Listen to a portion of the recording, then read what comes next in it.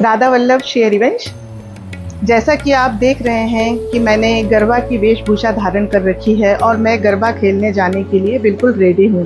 तो आज हम इसी विषय में बात करेंगे कि हम नवरात्रियों में गरबा क्यों खेलते हैं, गरबा का क्या मतलब होता है और इसका क्या महत्व होता है।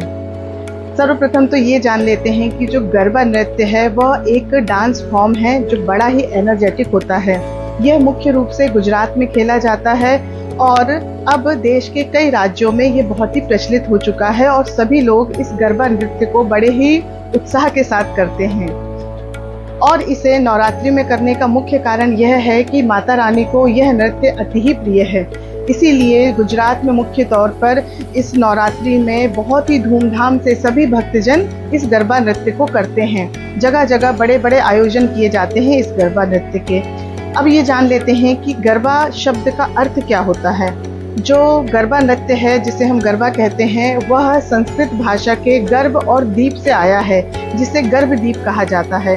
पहले जो पुराना फॉर्म है गरबा का वह यह था कि सभी भक्तगण माताएं अपने सर पर एक मटकी में दीप प्रज्वलित करके रखती थी और उससे अपने सर पे रख के नृत्य करती थी। इस तरह से गर्भदीप इसका मुख्य नाम है, पर समय के साथ परिवर्तन होते हुए इसे गरबा नृत्य कहा जाता है। यह जो नृत्य होता है यह माता रानी को अति ही प्रिय होता है, इसीलिए इसे नवरात्रों में किया जाता है। यदि आप माता की कृपा की अनुभूति करना चाहते हैं तो माता की भक्ति में तल्लीन होकर यदि आप इस नृत्य को करते हैं पूरी मस्ती से और झूमते हुए और माता का स्मरण करते हुए, तो निश्चित रूप से आपको एक आनंद की अद्भुत अनुभूति होती है। जो गरबा नृत्य होता है वह हम दो प्रकार से करते हैं। एक तो अपने हाथ की वेशभूषाओं को बदलकर हम इस नृत्य को करते हैं और दूसरा जिसे हम गरबा कहते हैं, जो रंग बिरंगी स्टिक होती है लकड़ी की, उनके द्वारा भी हम इस नृत्य को करते हैं। इस तरह से हम दो फॉर्म में इस नृत्य को करते हैं। इस नृत्य की एक मुख्य खासियत यह होती है कि बीच में माता रानी की प्रतिमा, बीच में माता रानी का चित्रपट या बीच में एक मटकी में दीप प्रज्वलित करके रखा जाता है और सभी भक्तगण सर्कल में गोल बनाकर चारों तरफ नृत्य करते हुए घूमते हैं। इसका मुख्य कारण यह होता है कि जो सर्कल है, जो चक्र है, वो समय को दिखाता है। जिस तरह से समय हमेशा परिवर्तनशील होता है, हमारा जन्म होता है, फिर हम बुढ़ापे की ओर जाते हैं और हमारी मृत्यु होती है और फिर हम पुनः जन्म लेते हैं। यह जो चक्र है, यह जो गोल घेरे में हम नृत्य करते हैं, ये इस समय चक्र को बताता है। और जो बीच में माता रानी की प्रतिमा रखी जाती है उसका यह अर्थ होता है कि जो माँ भगवती है वह इस समय चक्र से, इस जन्म मरण के चक्र से परे हैं। वे आदि शक्ति जगदम्बा है। इस तरह से इस नृत्य को इस प्रकार करने का एक विशेष महत्व होता है। आज की जनरेशन में इस गरबा नृत्य को बड़ा ही पसंद किया जाता है और उसका एक सबसे मुख्य कारण है वह है इस नृत्य की वेशभूषा। वैसे तो हर नृत्य की एक अपनी अलग वेशभूषा होती है, पर यह जो गरबा नृत्य होता है यह बड़ा ही एनर्जेटिक होता है। इसमें गोल गोल सर्कल में घूमते हुए और बड़े ही एनर्जी के साथ किया जाता है। और इसकी जो वेशभूषा की एक खासियत यह भी है कि यह है लेडीज़ों के लिए, हम माताओं बहनों के लिए जितना रंग बिरंगा और अलग अलग वैरायटी लेकर आता है, उसी तरह लड़कों के लिए, पुरुषों के लिए भी इसमें बहुत वैरायटी मिलेगी।